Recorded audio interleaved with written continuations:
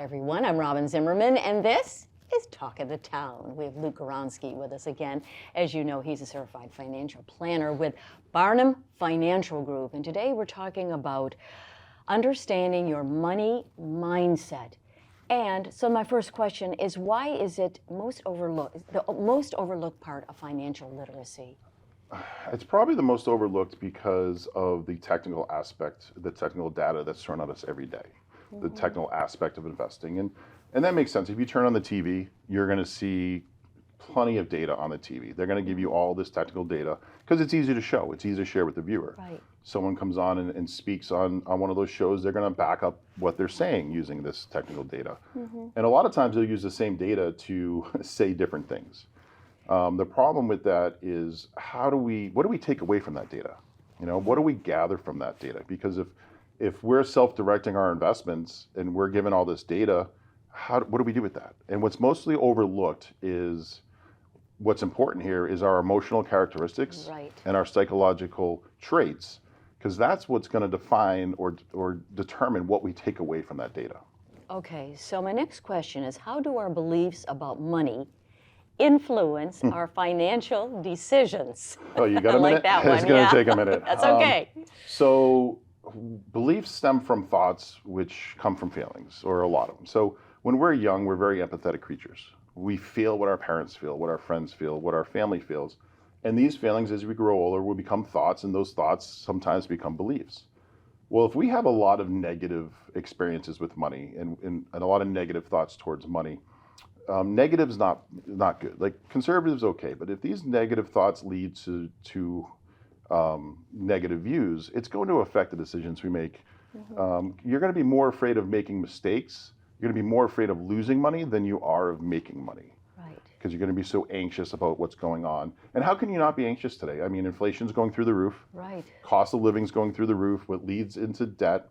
And now you have people, is there anything more negative than drowning in credit card debt? You know, compound interest beating us down every single month and growing our debt. I mean, it's got to be one of the most negative things out there. So when I meet clients, the first thing I have to do is get to know them and get to know their emotional characteristics, their psychological traits before we even go into any kind of plan. So do a lot of folks have that negative feeling about money and just that whole psychological feeling of, oh, I don't want to take a risk, I don't know what to do? Everyone's different, so I can't say yes, everyone, but you can understand in the society we live in how important money is, how we can get anxious and stressful about money. It's very easy. So what do we do to begin to change that mindset? Great question. So let's talk about debt, okay? If someone's drowning in debt, the first thing I have to do is come up with a plan to get rid of that debt, to get rid of that negative feeling of compound interest working against you. It was Albert Einstein that said the most powerful force in the universe is compound interest. So let's get rid of that as a negative and maybe teach them to invest in something that has positive returns on compound interest. Let compound interest work for them instead of just working against them. Or when I'm determining a plan for a client or a couple, I need to make sure I understand who they are. I need to understand these traits, because I could put together the greatest plan in the world for them that's absolutely going to get them to their goals. But if it flies in the face of their emotional characteristics, if it just totally ignores their psychological traits, that plan's going to fall apart. They're not going to follow it, and it's going to be just another negative influence that's going to keep them on the negative side of the spectrum. Okay, so Lou, kind of in conclusion, when someone's in that growth mindset about money, what is the next step? Well, let's take in a growth mindset, which is just moving to the positive side of the spectrum. So they've experienced some positive experiences. They understand how compound interest can work for you. Good investments can work for you.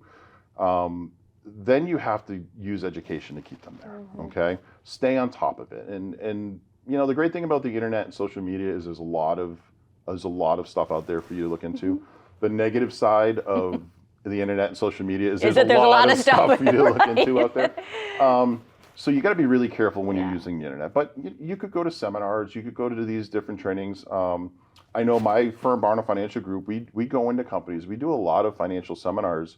If your company has, say, MetLife doing your benefits, one of the benefits some employers give are these free financial seminars, where you have a professional coming in and giving these to you. So, and I love that when my clients come to me and say, hey, I just took this course online, or I just took this seminar.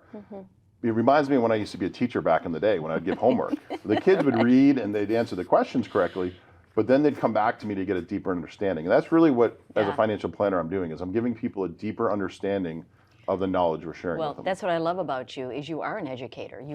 You've always been an educator, just in a different area. A different area now. Always been an educator. This is a different area, but it's still educating people. That's great. Thank you, Luke Gawronski with Barnum Financial Group.